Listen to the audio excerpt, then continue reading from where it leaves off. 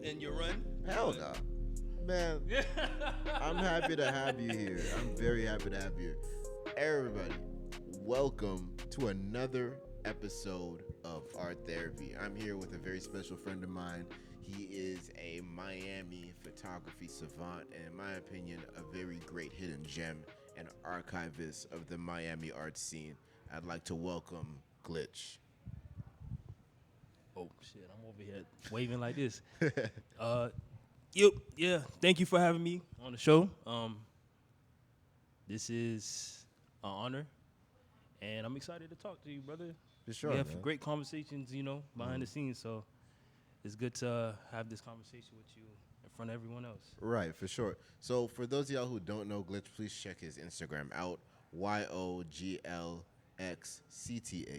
He is a really great photographer and a fantastic person of just capturing someone's personality or the energy that they're trying to give off within an image, you know. And I want to ask about your personal upbringing, like what got you into photography? Man, what got me into photography? First and foremost, I would like to say I really don't identify myself as a actual photographer. Sorry, I don't identify myself as an actual photographer. Why actually. is that? I just feel like I love creating. Okay. So if you take a camera away from me and put, I don't know, a pencil in my hand, I'm gonna figure out how to make it creative. Mm-hmm. So it's like more so of, I love creating. That's the source of it. For sure. So to answer your question from earlier, my upbringing, born and raised in Miami-Dade, in Little Haiti area, also North Miami Beach. Those are my stomping grounds. I've seen a lot. Miami is such a diverse city. Mm-hmm. South Florida in general. Right. Miami, Broward, Palm Beach. It's an honor to be from this region because we have such unique people, and I feel like being around that, growing up, it installed like a different perception on life. Right. And how I capture art. So definitely give my kudos to Miami, being a interesting city. For sure, man. And going from, my background, coming from a Haitian household, that culture has inspired me in ways that I really didn't realize until I got older. Right.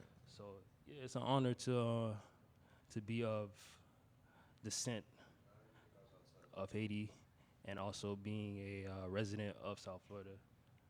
Two unique cultures. For sure, man.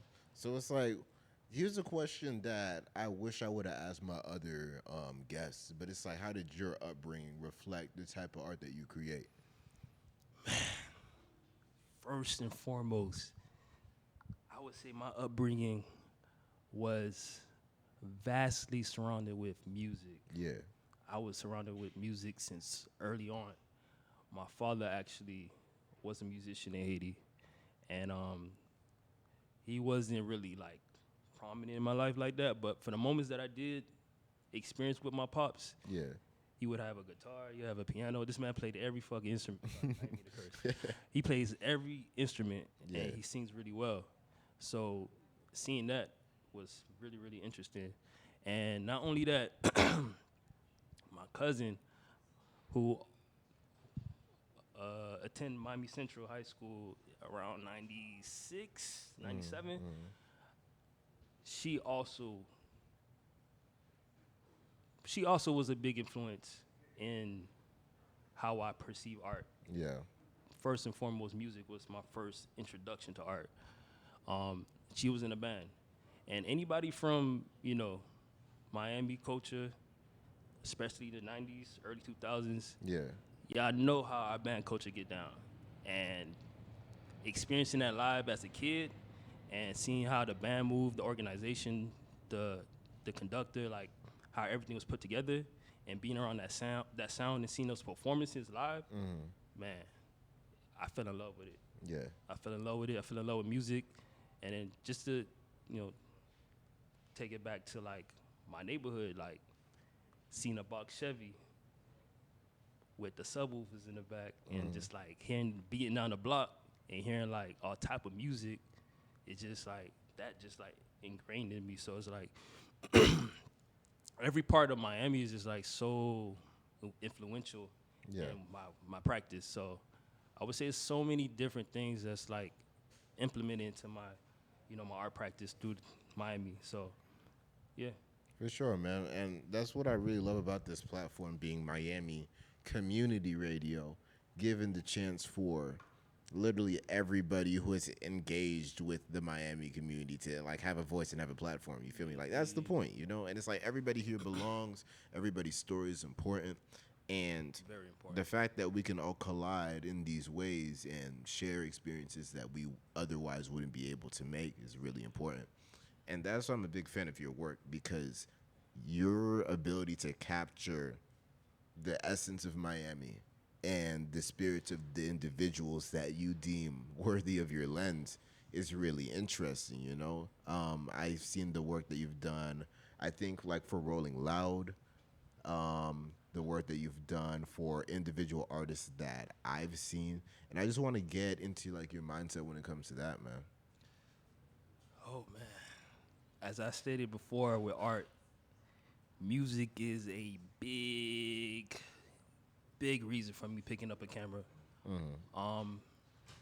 Shoot, I think going to like a lot of shows early on as a jit and seeing like performances live and just figuring out like how can I like be involved into this. Right. And first thing came to my head was that camera.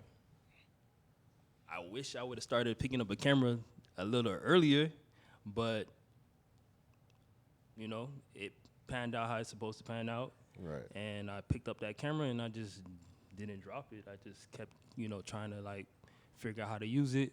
How can I utilize it? How can I utilize it to, you know, make art in my way?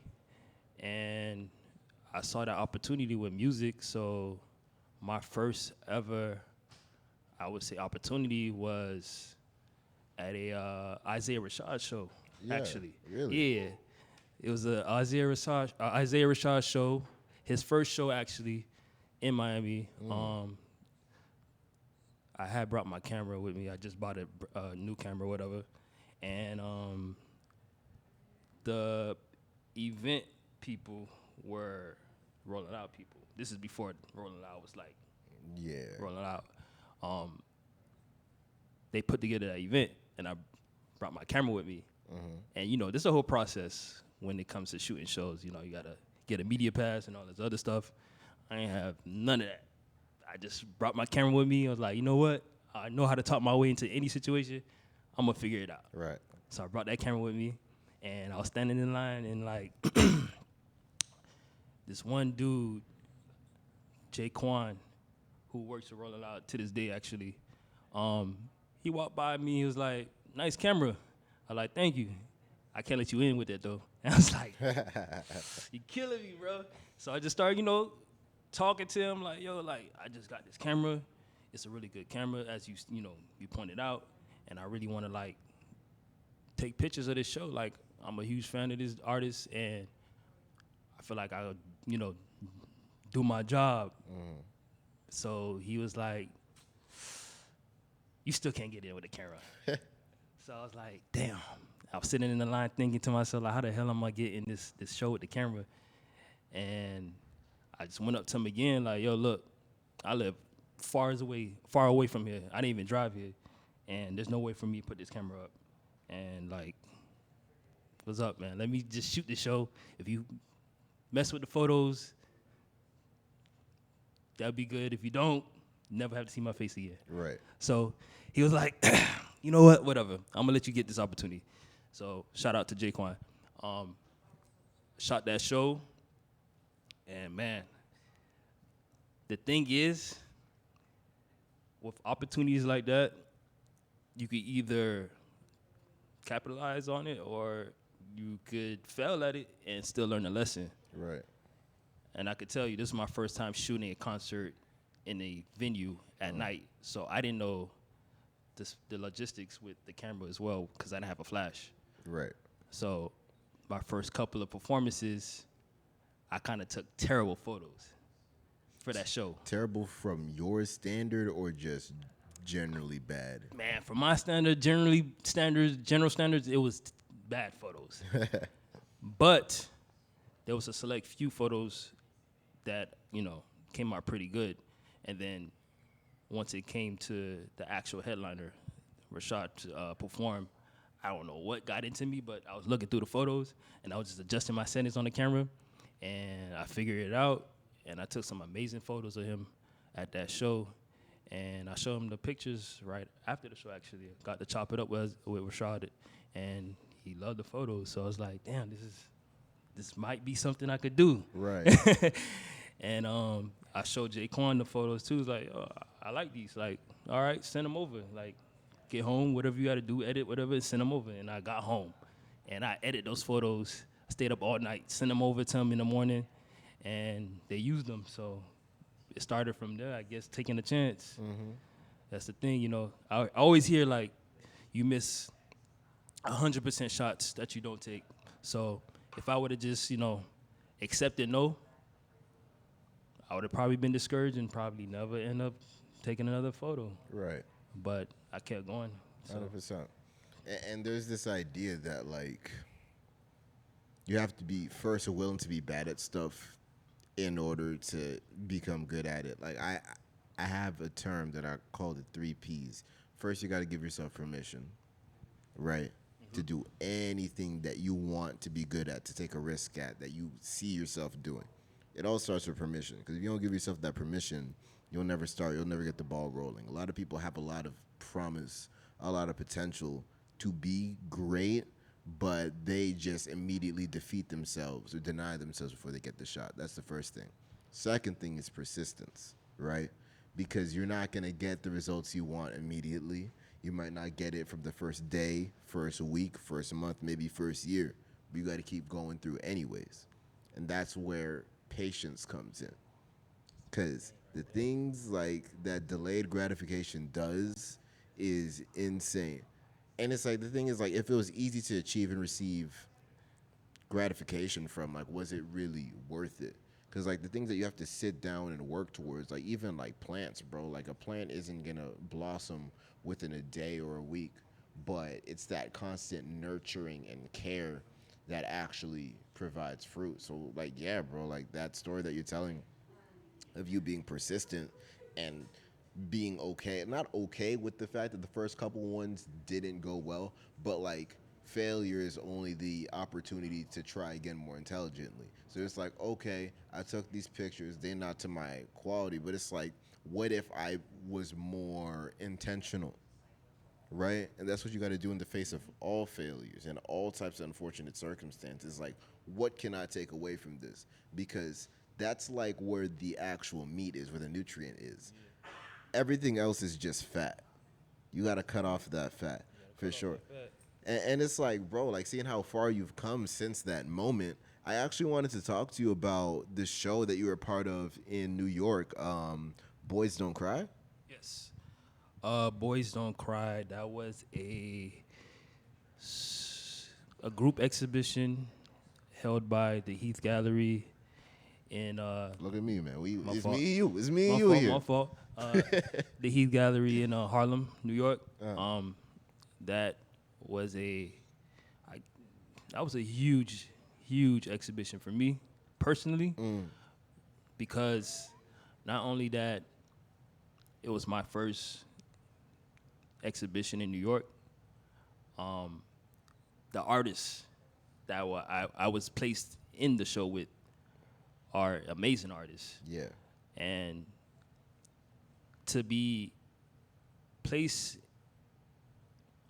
in a space like that with artists of that caliber, it was just like,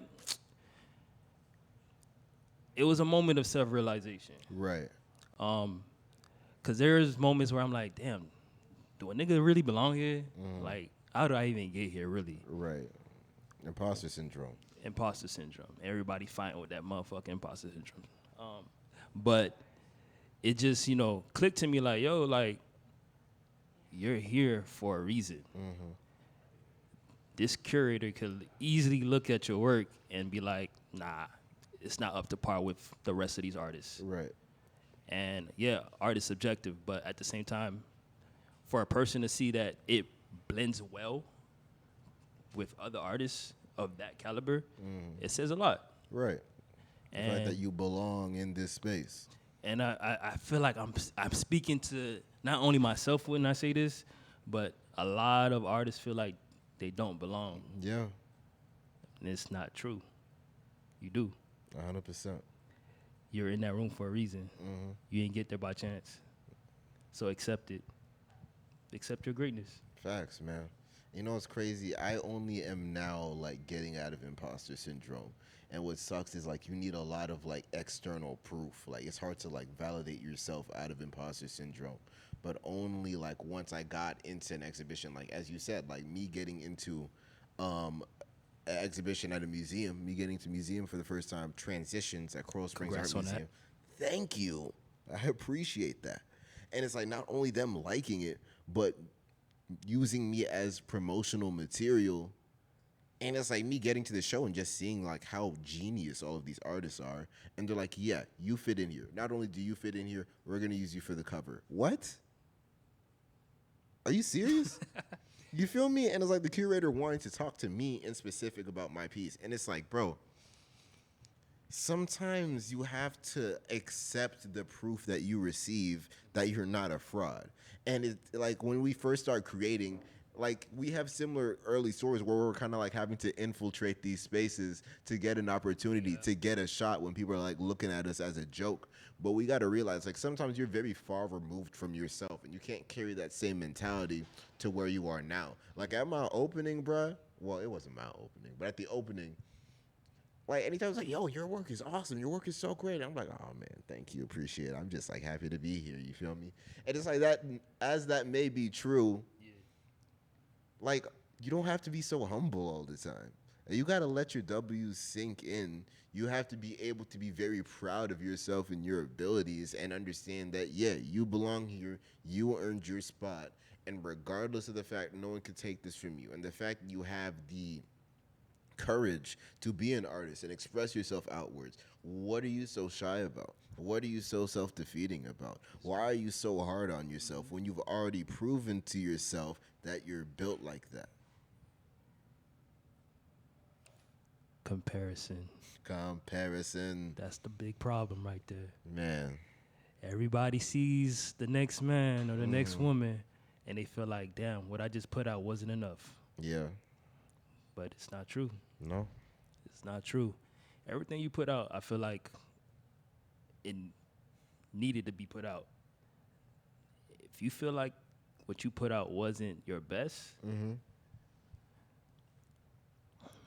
you got some thinking to do, man. For sure. You got some thinking to do.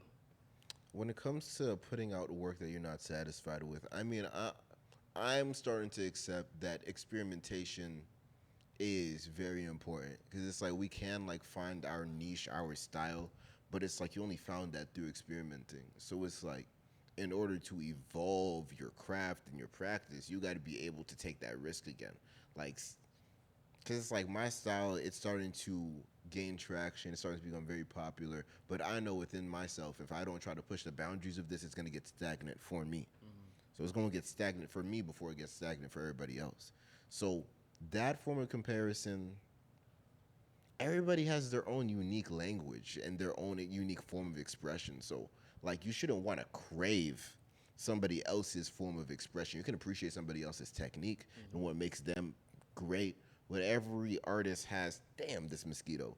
Every artist has their own voice and their own experiences that needs to be channeled through them. Like, that is their destiny. That is their superpower, right? If you can admire somebody else's technique, see it as admiration and see what you can implement from into your own work. You know what I mean? But you just got to give other people your flowers. Like, envy, from that standpoint, it's very like unhealthy because it's like they are doing what they do because that's what they do best. But there's something intrinsic about what you do that nobody else can do, and you gotta like invest in that.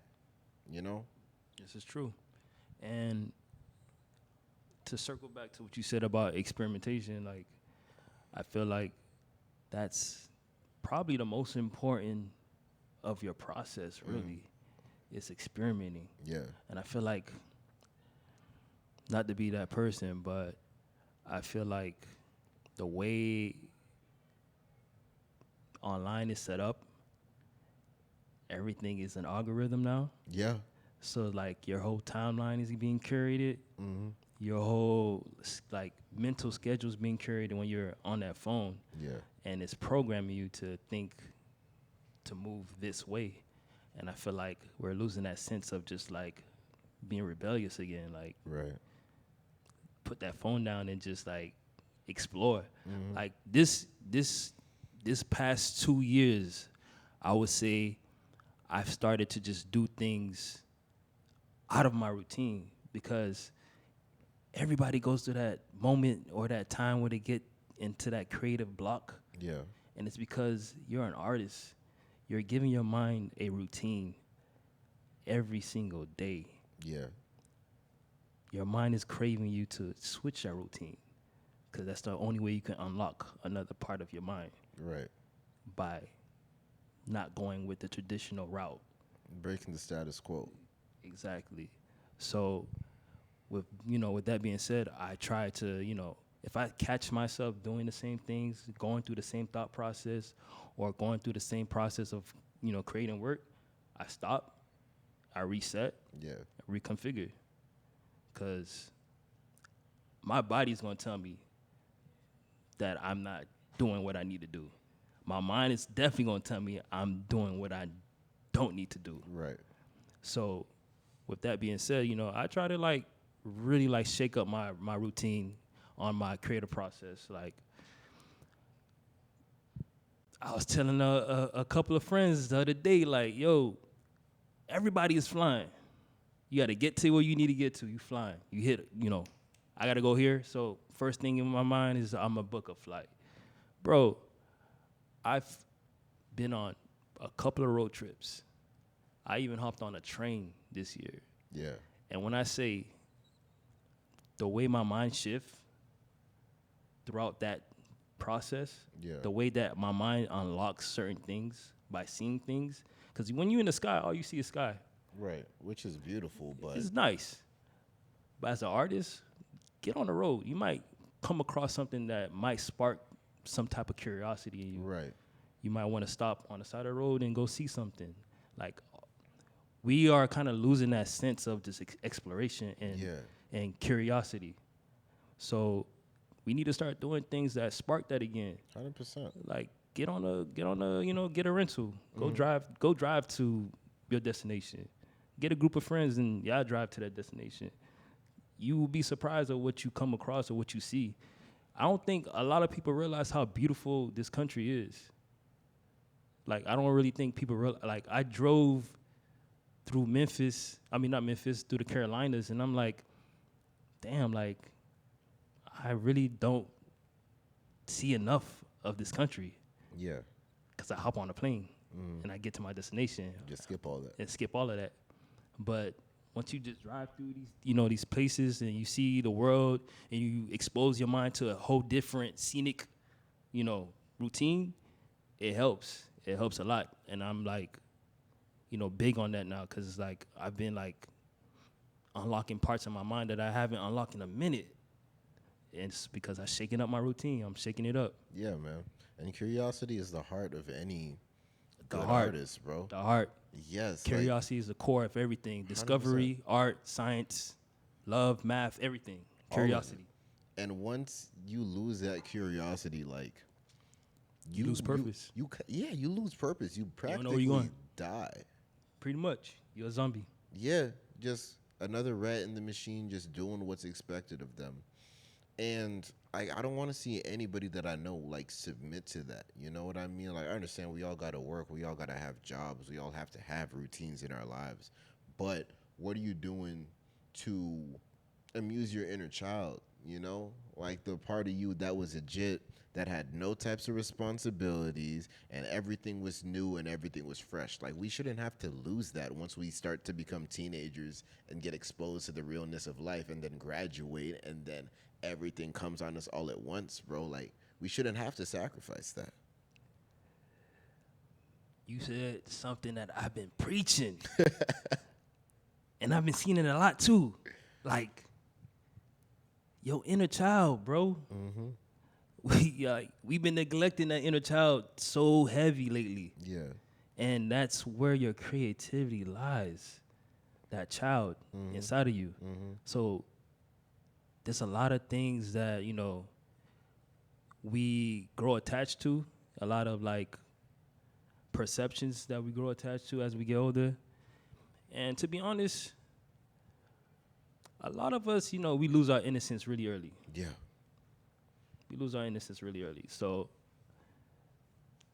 that's something that I feel like a lot of people need to learn to heal from. Yeah. Whatever traumas that they have as a child, man, you need to like dive into that. It's an active journey. It Like is. shadow work is a thing because it's like you can run from your shadow. It's still attached to you, bro. Still attached Like to you you. will never get away from it. And it's like it's so much easier to not think about it. Like it's so much safer, so much more comfortable. But it's like it does us a disservice to not think about it, man. Because it's like there's so many things that happen that we really wish never happened to us and that we can't take it back. But sometimes we end up internalizing that and it affects who we are on a day-to-day, week-to-week, subconsciously. And until you decide, like, okay, like, I'm going to dive deep into this. I'm going to give myself the space and the time to sit with this uncomfortable thought and navigate it. Only then can we really grow and heal from it. This is true. Yeah, Very man. much true. And I think that's one of the cores of my work because it's like only through art was I able to like sit with my emotions. Because you're not always going to get that space and time within other people to navigate that. You know what I mean? Not everyone's going to give you the permission. Not everyone's going to give you the space. And sometimes you don't want to hear nobody's opinion about what you went through. That's you true. know? Sometimes there's people that you trust that you do want their opinion. But sometimes it's just got to be you and you. And like, as you said, like with the time that you spend just on a train or doing a road trip by yourself, like being willing to spend time with yourself alone with your thoughts. Because that's why we're so addicted to our phones, bro. Because it's like we can just quickly get a shot of dopamine or get this access to this infinite algorithmic world where we can see literally anything and learn literally anything or be amused by literally anything. But you could go outside and appreciate some trees. Why trees start being cool after I was 7, bro? Like, Yeah, go outside, play with some homies, play with some jits, man. Like, be a big homie, be a active person in your community. Like, yeah, because the get off that internet phone, yeah. will rot your brain. I mean, don't get me. I'm not gonna be an old dude like, oh, get off your phones, young people. Like, bro, like we got to. It's Yeah. part of like our everyday lives now. But you have to have a balance between the digital and physical world. balance. 100%, bro. Balance is a big thing. It is because it's like the internet is such a great tool, but like as you said, this country can be a beautiful place. But if you spend all your time online, you do not agree with that at all. No, you don't. Because all you see is the worst of it. And I hate that this psychological thing where bad news travels so much loudly and quickly than anything good or decent. Like you got to go out and like find an Instagram page of just like art stuff or like some cats or something, bro, in order to get some positivity on your timeline, bro. Yes, you gotta Other search than for that, it. outrage, pain, darkness, like, bro. And there's also the idea that we have to be the light in the world that we want to see. This is true. You feel me? Because it's like, if you radiate that out, it's going to come back to you. But if you're a person that perpetuates their misery, it's like, don't get me wrong, there's plenty of things in our lives to be sad about. I'm not going to say like, oh, just cheer up. Nah, bro, it'd be tough sometimes. But you got to get that out your system. But you are always in control to how you respond to situations, and it's like how you get up. Because we going to fall, bro. But it's like how you get up and how you treat others. Because there will be moments where you are at your lowest, but because you showed others love and kindness when you need that space and vulnerability, I'm not going to use the word vulnerability anymore because that means leaving yourself open to attack. But openness, needing that space to be open, you'll find it because that's what you were for other people and you earned it, you know? It's true. You get in what you put out, right? Yeah. So to piggyback off of that as well, I do want to say, yes, in a sense, you have to have that form of solitude and being with yourself and,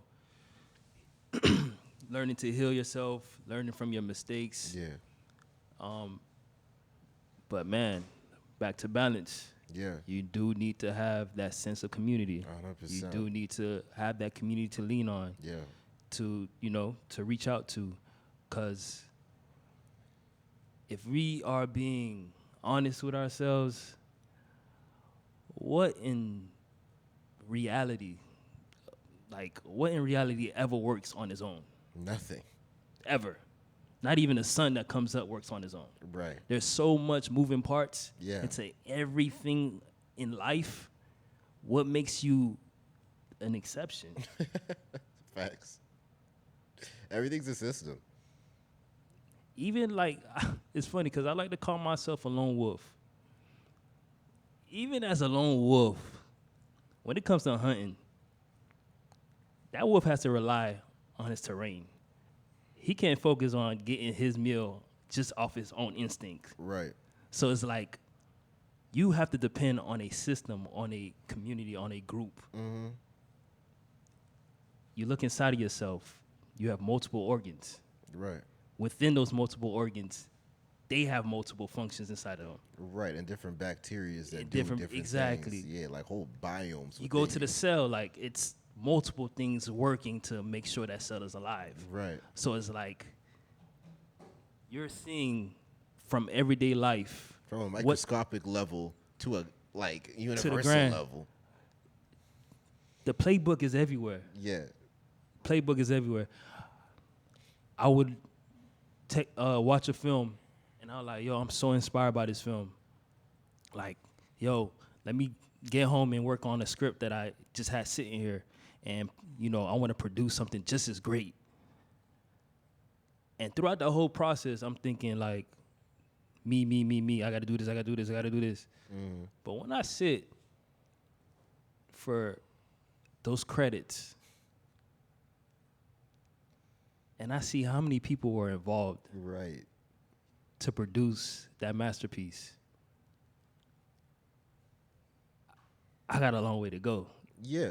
I got to find my tribe. That's a reality. That's a reality check. Yeah. So that's just how it pertains to everything in life. Like, you got to find your tribe. Like, you got to find your system. For sure.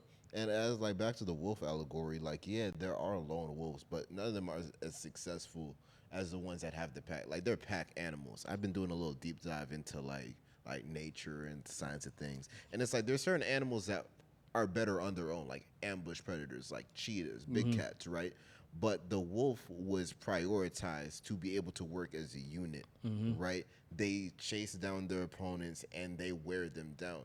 And that's how we got to approach these large obstacles that we have as far as group projects. Each wolf helps out the next, man. Can I add on to that as well? By all means. So when it comes to the pack, right? Yeah. There's an alpha that's in the pack. Mm-hmm. And I was just reading on this, actually. The alpha doesn't even lead the pack all the time. The alpha is so smart that it knows everyone's strength. Yeah. So whenever there's a time for them to hunt or move along, he could be in the back, he could be in the middle, he could be on the side.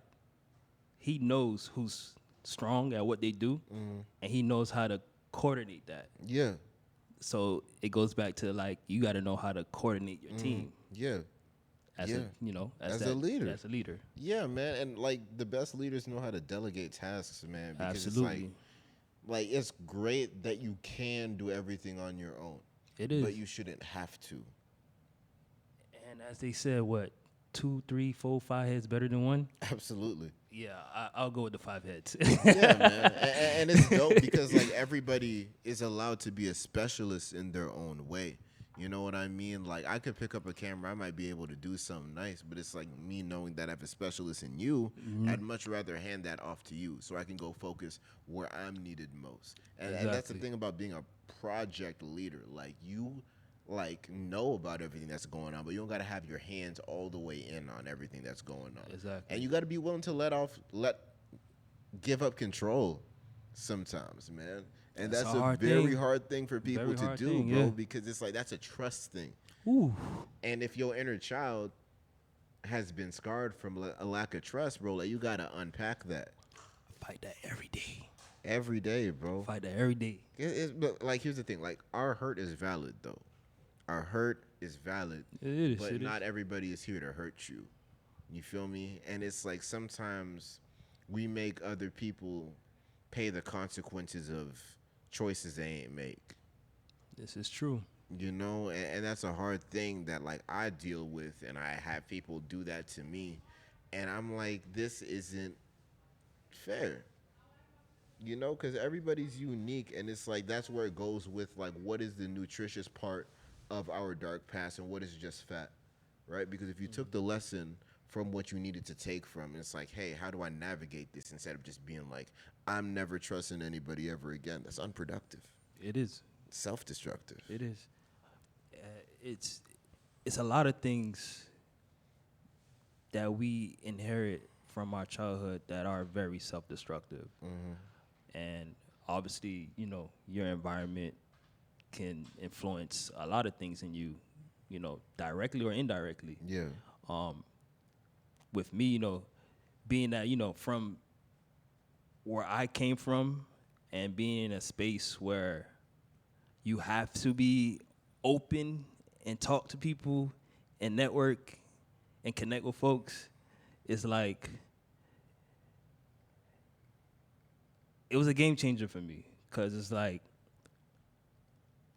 I'm coming from a space where I'm kind of standoffish and Yeah. like I don't trust too many people, and like put me in a space with strangers.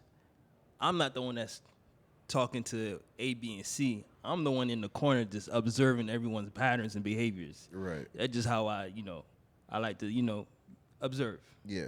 It's just the Virgo in me, I guess you could say. But I had to stop that, because I would notice, like, I would go into certain spaces and I would be unfulfilled. I would feel like I didn't make a connection. I didn't do what I needed to do. I didn't put myself out there. Right. And I had to just get myself out of that mindset and just like connect with people. Everyone here in this space for the same thing, bro. Yeah.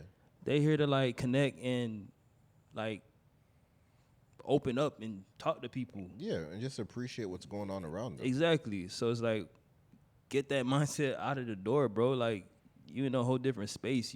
You're trying to, progress in life with what you're doing. So you need to change your whole mindset You gotta on let certain people things. in. Let people in.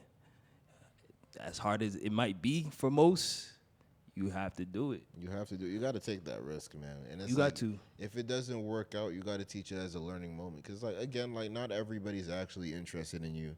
Not everybody has your best interests at heart. And that's okay. And that's okay, man. Like, I had to be cool with, like, not being acknowledged by certain spaces or certain people in my career. Now, what the problem was is, like, I would internalize that and half expect that from everybody. I used to have this mentality. And it's like, I used to be so proud of it. It's like, oh, well, I'm just the type of guy, I expect nothing, but I'm grateful for everything. And I just smile that off. But it's like, bro, like, why should I expect nothing? I realized, like, this was a defense mechanism for me earlier on. But as I go forward and as I actually accomplish things, even if I get a great W, even if I did something great, I reset back to zero every single time as if it didn't happen. And I'm like, this mindset is no longer serving me. It's keeping me humble. It's keeping me, level, but it's not helping me grow anymore. So it's like realizing that you got to shift your perspective, and how you were acting protected you at one point but is hindering you now. it's just like how like snails like outgrow their shells, bro, and they gotta be shellless for a little bit until they find another one. It's true. Moving slowly but surely to the next one. But it's like you gotta be able to realize, listen, I've outgrown this mentality, this way of life, and I gotta try something new. You gotta have faith in yourself. Yeah, bro. Having faith in yourself is a huge thing to like to do, really, because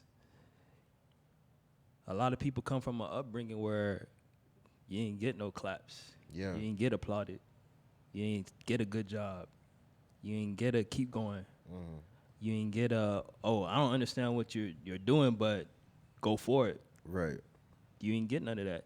So it's like now as an adult, it's like I never received this, so I'm expecting the opposite. So I'm gonna shell up, be on defense mode, Right. and be standoffish. Exactly. But you know, like going back to what we spoke about earlier, it's a balance in everything in life, right? So you still got to keep a little balance of that, just you know, Right. just to be on your P's and Q's. Not you know, you Leverage can't be naive. expectation. Obviously, exactly, Yeah. yeah. And you know, obviously, give people a chance at least to show who they really are Right. before you make a decision. But yeah, it's a balance, bro. You need a balance. You definitely need a balance. Right. But a willingness to be open is important. And I wanted to talk to you more about the show Boys Don't Cry. Like, what was the common theme in that? Because that title is so powerful. So the theme was just about the perception of obviously our men in our community that showing emotion is a form of weakness. Right. Showing that type of openness is, you know, frowned upon. So that show was more so highlighting like, no, like men are filled with emotions and we do bottle things up, but it's there Yeah. and it needs to be released. And not only that it needs to be released, it needs to be a space held for that between us. So, and I do applaud, you know, the direction we going now, because I feel like a lot of us are starting to realize, like, all right, yeah, we need help, nigga. Like, Just waking yeah, up. like, yeah, nigga, we need help. Yeah. Like, we're not supposed to be thinking this way or acting this way with each other. And back to that inner child, we're not feeding that inner child, because if we were feeding that inner child, when you're around your peoples, you should be filled with joy. Right. And you should be comfortable being yourself. And comfortable being yourself. Feeling how you feel. If you're not comfortable being yourself, then you're not around the right people. At all. That's not your It's space. the idea that men have to perform. Like, Performative. masculinity ends up being a performance rather than it is like a Yes. state of being, you know? Yes. And I hate that. Social media. But it's like, even before social media was a thing, like, imagine like our dads and our granddads. This is true. Like the OGs, the generation before us, they had to perform masculinity, and that had nothing to do with social media, but like more societal pressures. This is true. I think social media amplifies societal pressures and brings new perspectives that are pushed onto us, but it's always been more of a societal thing, you know? This is true. You're absolutely right about that. Because this has been ingrained since biblical times. Yeah. So, yeah, you're right. You're right about that. So I am really optimistic about where we're going right now, Yeah. because I feel like a lot of men are like opening up and just like letting themselves be seen in a different light. Yeah, just expressive. And it's like, bro, there's people that like I really respect. Like when I can look at someone and be like, bro, you are so free in how you express yourself, bro. I love eccentric people because it's like I see them as a version of myself that I repress, bro. Because like I'd love to be super expressive. I'm a relatively expressive dude. Yeah. But it's like I have this one dude. He's a collector of mine, Ferris City Graham, the most eccentric dude that I know, bro. And I see him as so liberated because it's like he's gonna be himself, and there's nothing anybody can do about that That's freedom. at all, bro. And I'm like, bro, such levity you must have when you walk around, bro. And just like, bro, like when you're not a slave to other people's perceptions and expectations of you, it's a different type of joy, bro. And it's like I wish everybody could have that. And it's like I wish we all had spaces for that, man, because it's like we deserve it. We do deserve it. After all that we've been through, Yeah. we definitely deserve that. Man, but it also boils down to permission too. Like, Giving yourself grace. yeah, because some of our experiences caused us to be this way, these repressed individuals. And it's like being scarred. And it's like one time I opened up and then they used it against me, or it didn't work in my favor, or it got me ostracized by the people around me. It's like, all right, I ain't doing that again. But what if it wasn't you, but it was the environment around you that wasn't meant for you, you know? That is true. So that's why I feel like people need to just learn to move around in that sense. Like, yeah, that happened, that experience happened. Yeah. You can't forget about it, obviously, but you're gonna just let it just drag you from being yourself, from opening to the next person. Yeah. Because it's like you don't know what type of experience you would get if you just bottle it up all the time instead of just coming across a person that might be the person that's willingly able to tame it You're right. or help you express it in a way. Just But let because you you be want to you, yeah. bottle it up and just like go on about your day, you missed out on the opportunity of a life-changing experience 100%. or a life-changing conversation. And you miss the opportunity of continuing to live in your truth. And that's the most important thing. Like, are we being true to ourselves?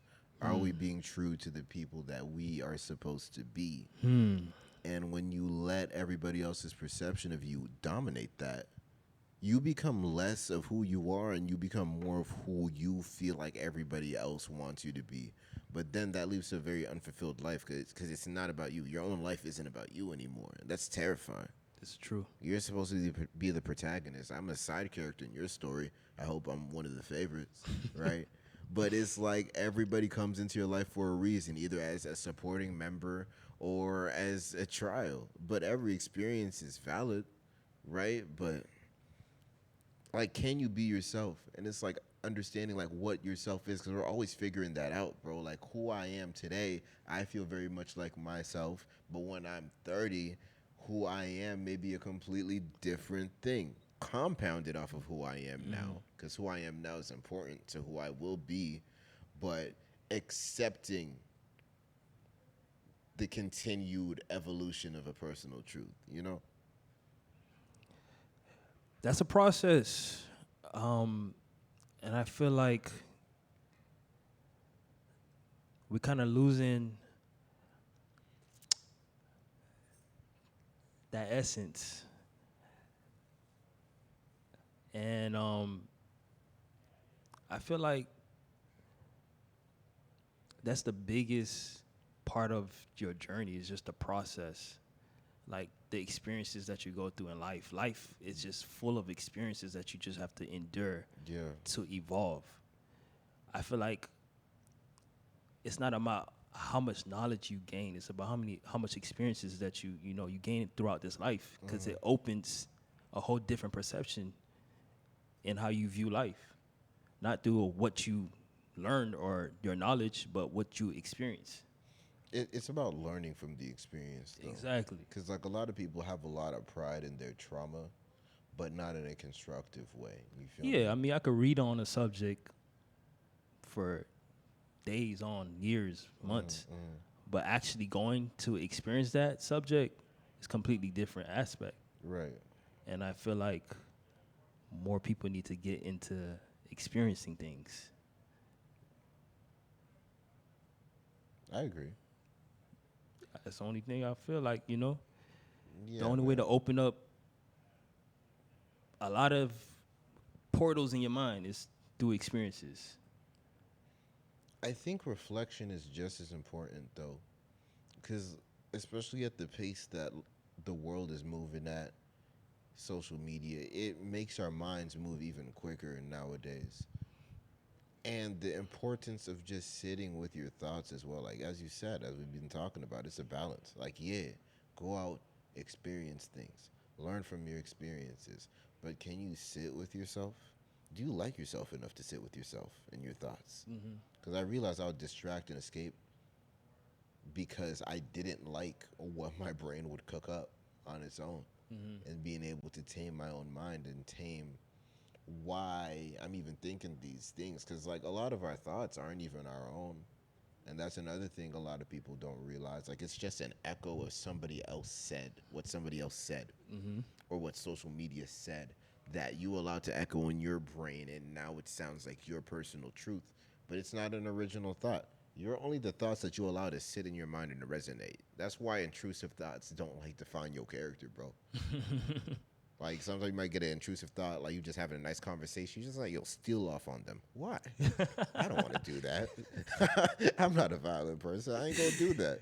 That's okay. But it's like there's a lot of thoughts like that in our brains that like other people put upon us, and we allow that to affect our reality, when we got to start weeding those things out. Like, listen, if this does not resonate, if this does not serve me in how I'm trying to move forward in life, we got to uproot those thoughts, man. For real. It's true. Yeah, man.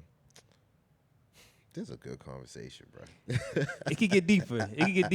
But you know, you on a time crunch too. I think we good on time. I'm not gonna lie to you. We got some more time. Okay, left. okay, Yeah, cool. yeah. We got like 10 left. All right, cool. Yeah, man. So it's like, how have things been for you though? Like on a personal level, and it's like your navigation with just like being a man in today's society, bro. Like, are you good?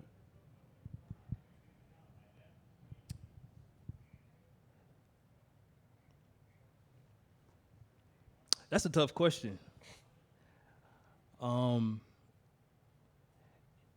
I could sit here and say, you know, everything is going swell, but it's not going swell. And in the sense of just like what I want from, you know, from me in my practice, I understand that I have to have the patience for it. Yeah. For that dream that I'm, you know, chasing. Yeah. For what I want to produce. And man, one of the biggest lessons for me, I would say, is patience right now. Yeah. Gratitude.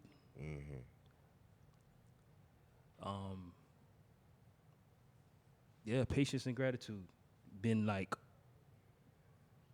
the biggest words that keep, you know, revolving in front of my mind all the time, because it's been, you know, it's been an interesting ride. It's been an interesting ride. So with that being said, I had to learn to just have patience with myself, patience with my peoples, patience with my practice. I had to just realize certain times you need to stop and just go back to experiencing life.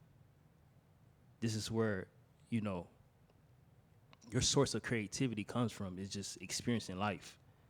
That's the source of all of this.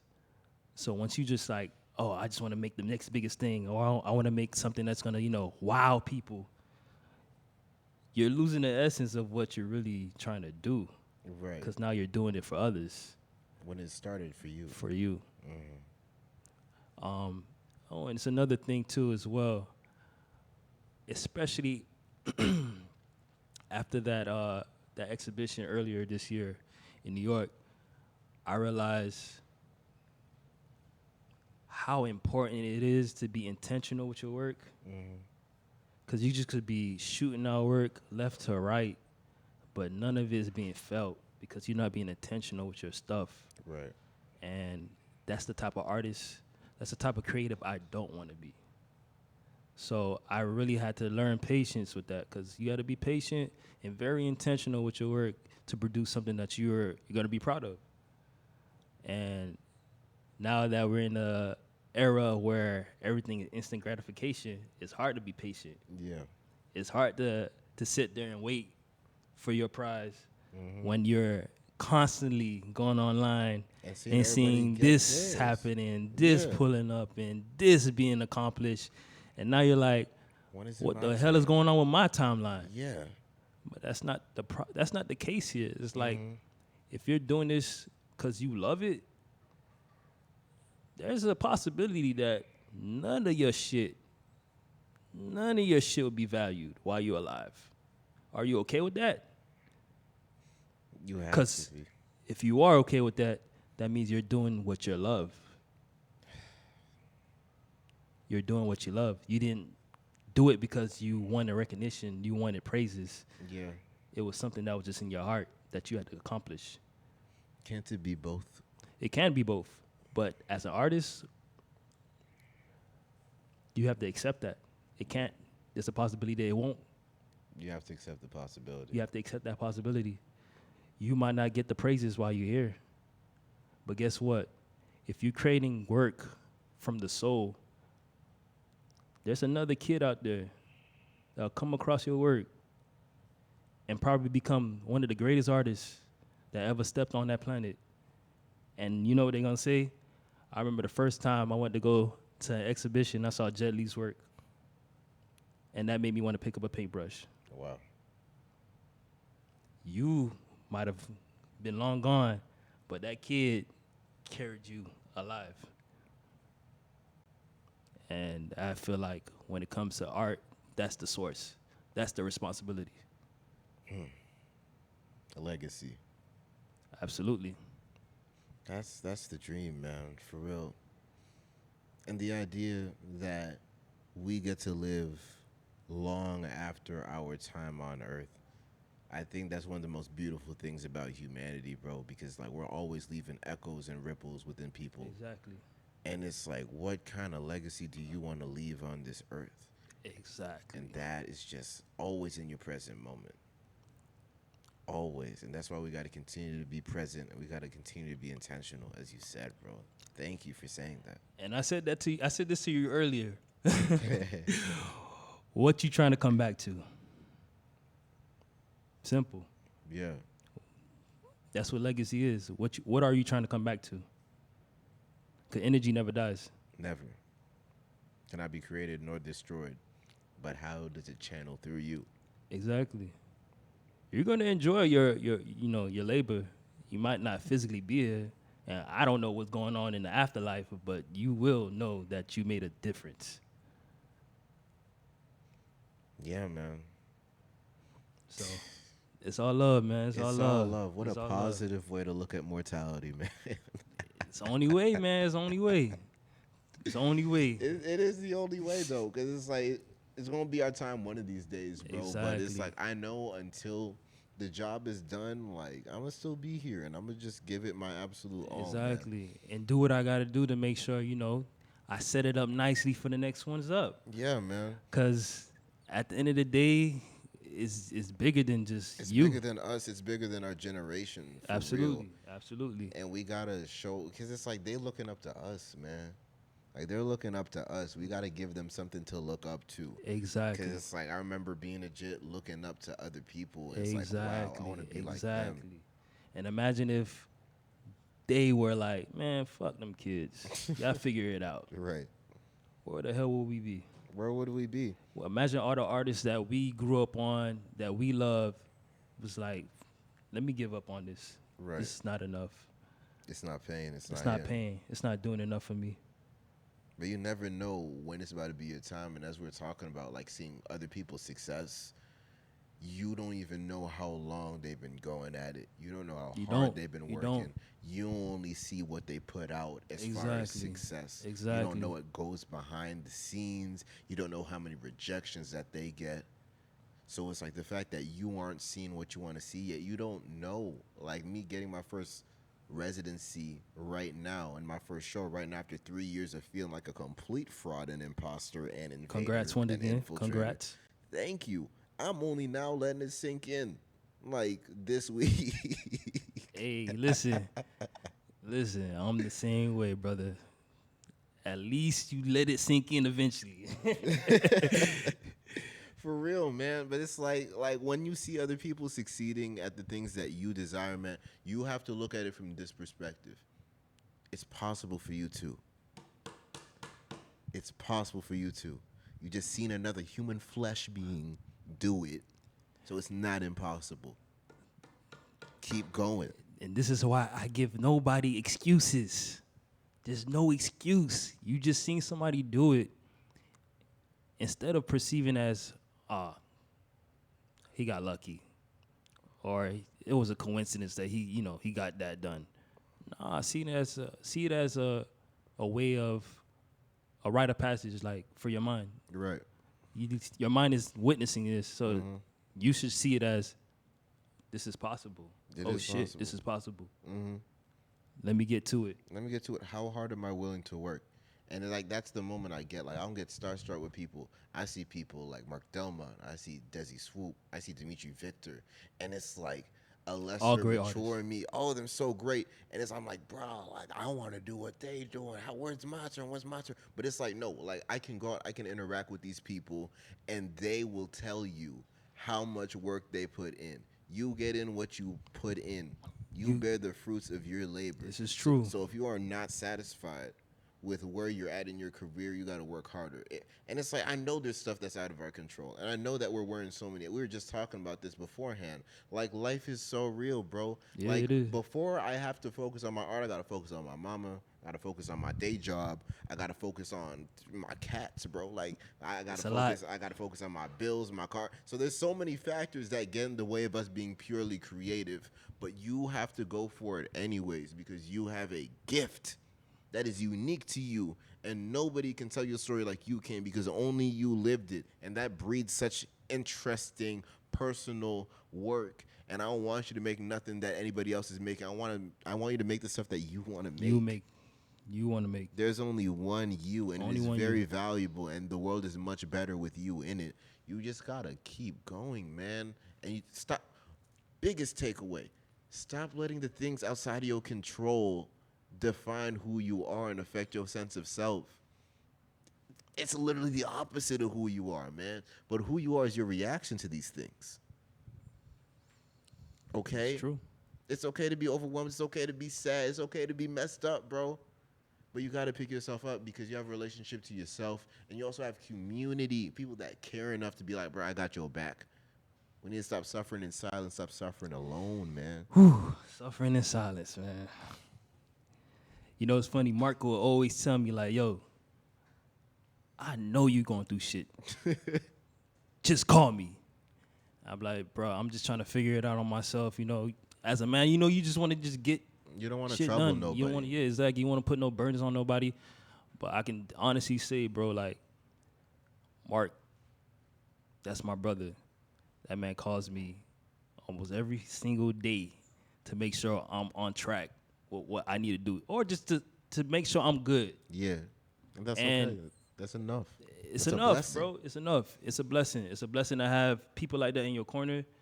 I'm just grateful to have people like that in my corner. Yeah, man. Even if, you know, I kind of like shell myself and go on my own missions, but I appreciate those people. For sure, but it's also a thing where you have to let him in as well. This is true. It is true. You can just be like, bro, I'm straight, bro. Yeah, I told you exactly, I'm straight, bro. exactly. I'm trying to talk about it, bro. But no, like, you're like, you know what, bro? Like, the fact that somebody else cares enough to actually go out their way and check on me, bro. It's true. Not everybody has that. And not only that, they got a lot of shit going on with their damn selves. Yes. So it's like, for somebody to be consistent with that, you gotta be, you know, you gotta be grateful to have that in your life. And if you do have that type of relationship with people around you, keep that. Please. That's genuine love. Yeah. And, you know, like I said, I'm grateful for that. I'm grateful for all my peoples in my life. So I wouldn't trade anybody or trade anything outside of my life of, you know, how it's shaped out to be as it is right now. And I know where I want it to be, so I'm going to continue to work towards that. Yeah, man. Yeah, man. It's like we just got to just appreciate the people around us, bro, because it's like the worst thing we can be in life is ungrateful. Very much.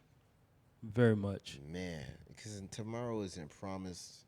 Nothing is promised us, so we got to be grateful for every single thing that we have and every single experience, good and bad, bro, because it's like we never know what day will be our last, for real. You never know when it's about to be your last conversation with someone. So that's why you got to give people the utmost love and respect every single time.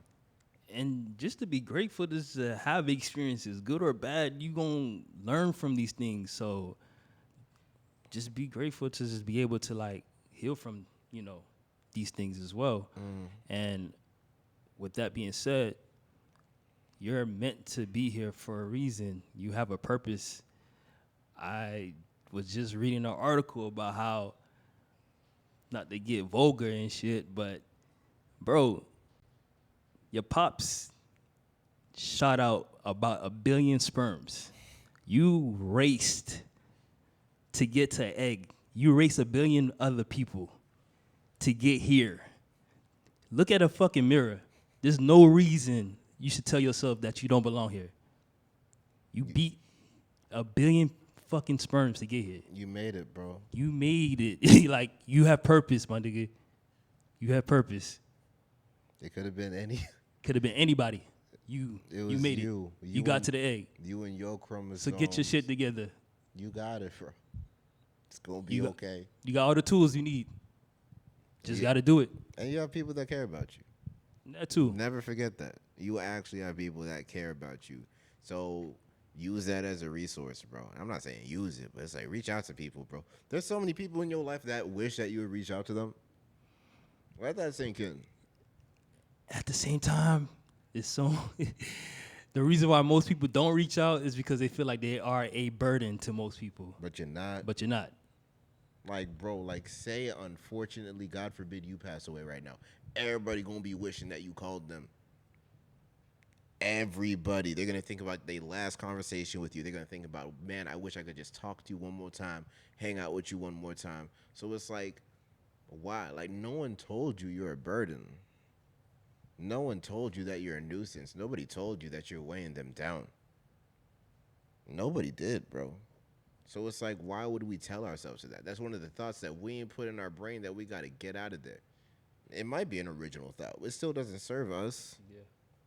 Why suffer in silence? Why suffer alone? You know? I got you, bro. That's all it is, man. That's all it is. But it's like, even me and you, bro, I'm glad that you responded when I reached out. Because it's like, you do be off the grid. You feel me? But it's I know. I'm glad you're doing okay. I am, man. Just working on so many things, bro. You just gotta sometimes pull yourself out the matrix, bro. Mm-hmm. So, when I go ghost and you be like, yo, where the hell is Glxtch? He ain't responding to nothing. I'm just pulling myself out the matrix. I know, bro. I just be wanting to make sure you're alive. I'm good. I'm always, I'm always gonna make sure that I rebalance myself, reset, stop, and reconfigure. For sure, man. So I want to ask, bro, what do you think is next for you?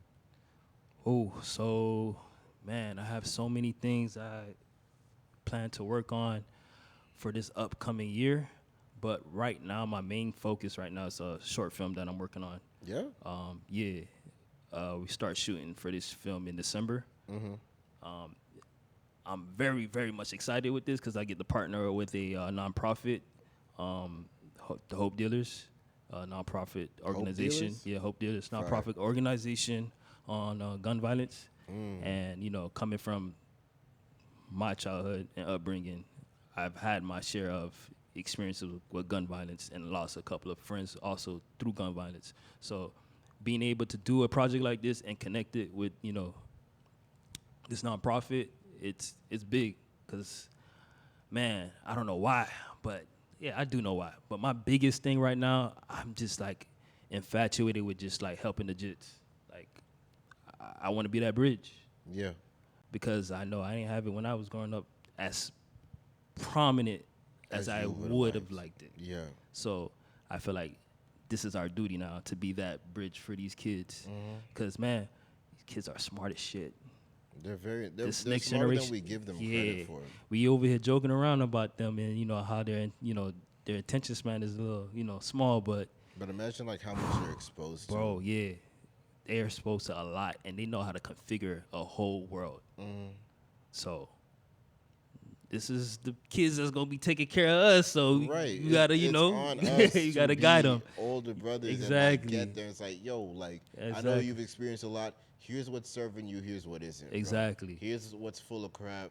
Here's what's actually truth. And here's the thing: I'm big on not deterring them from making mistakes because I believe that shapes their character. It is a teacher. It shapes their character. Yeah. It's their teacher. So we cannot stop them from making mistakes, but we can teach them how to heal from the mistakes.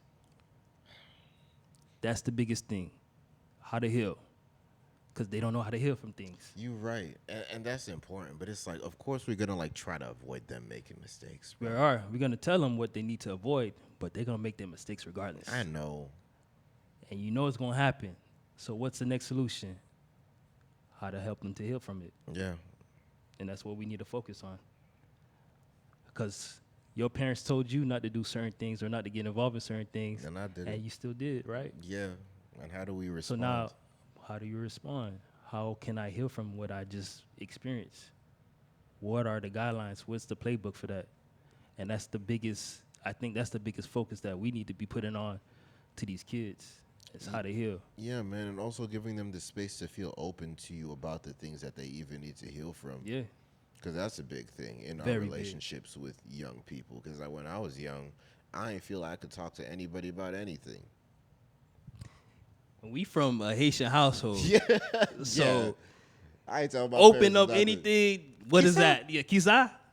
That's it. That means you need to pray. That means you need to pray, which is nothing wrong with that. Right. But what work are we putting in to like deal with Exactly, this? How can we have a exactly, conversation about exactly. it that doesn't just boil into pray it off or hey, toughen up or hey, Exactly. you shouldn't have did that. I've been told you not to do that. Yo, stupid ass. Like, you know what I mean? Like, where do we go from here? How do I logically engage with how I'm hurting? exactly.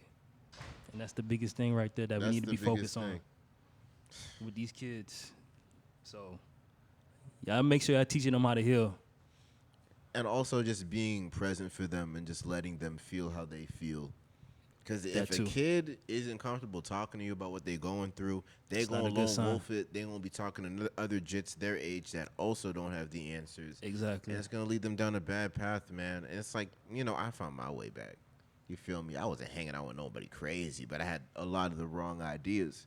But I really wish that I would have had more of that space to talk to other adults about what I'm going through, bro. Exactly. It would have saved me a lot of heartache. I don't know if I would have actually listened to them. I'm telling you, bro. It would have saved us a lot of heartache and a lot of headaches. But even with, what we experiencing now, like, if we would have been exposed to a whole different perception of how to, like, heal ourselves, we wouldn't be dealing with a lot of things that we're dealing with right now. Like, So, personally or societally? both. Yeah. Both. So I think now that we're in the age of information, lots of information, and now that we have all this information, we need to be implementing this Yeah. with ourselves and with our community. So I'm pretty optimistic about the next generation, to be honest. I ain't gonna lie to you. Because we're having these conversations for real. Like, it's not like unheard of Exactly. to talk about this type of stuff. And they starting young with them too, so You feel me? We This got is to get good. ahead of them, though, because it's like there's still plenty of people that have very regressive mindsets that, it's like, true. they could get to them first. We got to make it cool to be vulnerable. Open, not vulnerable. Open. We also got to give them, the chance to grow. They might be, touched by another person's, perception. And once we get to them, we could give them our perception. And if it's a bigger influence, then they'll eventually grow into that. Yeah. So, It's about giving up control, too, man. Because it's like, because I know I'm going to have a kid one day, bro. And it's like, I'm going to really wish that I can protect them from certain things. I'm going to do my best to. But if they're anything like me, they're going to do their own thing. And it's going to piss me off. But that's okay. nah, you ain't lying, man, because I see the same thing with my boy, because it's like, he'll do things, and I'll be mad. And I'll be like, why am I even mad at this kid? I did the same things. Like, just let him explore, let him do his thing. Obviously, you could guide him, talk to him, but like I said, this boy got to experience things, man. Yeah, man. He got to grow. You do. You got to be exposed to certain things. And one thing about especially parenting is like being able to grow around your kid instead of trying to grow them into something specific. Like it's good to have expectations for them. It's good to want them to go in a certain direction, but regardless, there's so much out of your control as far as like who they are, and are you going to be able to adapt to that on the fly? Yeah. You literally are making a playbook, giving it to them, and while they go through life, they're updating that playbook to their liking. Yeah. So what can you do from there? What you can do from there, man? You have to accept. You just change make sure the you game plan. Just make sure you gave them a really good ass playbook. For sure, man. So we are running towards the end of our time. So is there anything that you would want anybody to come away with from this conversation, or any message that you want to send out to other creative or just people out there? Do what you love. Be you. No one is coming to save you. Nah. No one's coming to save you. So if you feel like you're stuck in a certain spot, you just got to transform yourself, change yourself, grow. And just want to give a shout out to the Miami art space, like South Florida art space. Like, y'all is, doing your thing. I'm very, very much proud of, this city, proud of what y'all are doing. Shout out to all these artists out here that are doing amazing shit. Anybody in specific you want to shout out? Everybody, like one of your guests, Shayla. Shayla Marshall. Obviously, my brother Mark, Desi. Shit. There's so many artists out here. If you don't, my boy Lou. Aaron Jackson. Aaron Jackson. Stuff, yeah. Spaz. Her IG is Spaz. Yeah, I'm a big fan of her work. I met her once or twice, but I'm a big fan of her work as well. Jade. There's so many great artists out here. Shay. Right. There's so many great artists I really respect. Clarence also had a show. I didn't get to make that as well, but congrats on that as well, brother. Yeah. I'm just happy to see y'all just doing what y'all got to do. I'm happy to see y'all, creating, and it's inspiring. And I got nothing but love for everybody out here. Just keep doing what y'all got to do. Put Miami on the map. I'm rooting for y'all. For real, man. Shout out to everybody for real. I'm watching. I'm always watching. Everybody's watching, bro. And it's like you got to understand that there's eyes on you. Like, I didn't even know you was watching my episodes like that, yeah. bro. And it's this the thing about me, brother. I be in the shadows for a reason now. I just be, Yeah. I stay out the way and I just admire from afar until it's time for me to interject. 100%. It's like you never know like how many people are admiring your stuff from afar as well. Exactly. So that's why we got to keep on being mindful with our gifts and being intentional with how we move, intentional with how we create. Exactly. And you don't. Sorry to cut you off. Go ahead. You just don't know, where your name will end up and what rooms your name will end up. So just someone always told me the same people that you see on your way up. It's the same people you're going to see on your way back down. So you can fall from glory, but it's just how you treat people throughout that whole process, bro. it comes back to you, bro. So, like, I understand. I had this conversation with somebody else. Everything in life is transactional. That's true. But you got to also know that, like, whatever I'm experiencing or whatever transaction that we're about to get involved in is going to benefit me and you. Right. It's just not going to benefit me. It's going to benefit both of us. Symbiotic. And we just need to start thinking like that. And are these things that you're doing, your interaction, your transaction with people, are they symbiotic or are they parasitic? Discernment. You got to feel it. 100%, bro.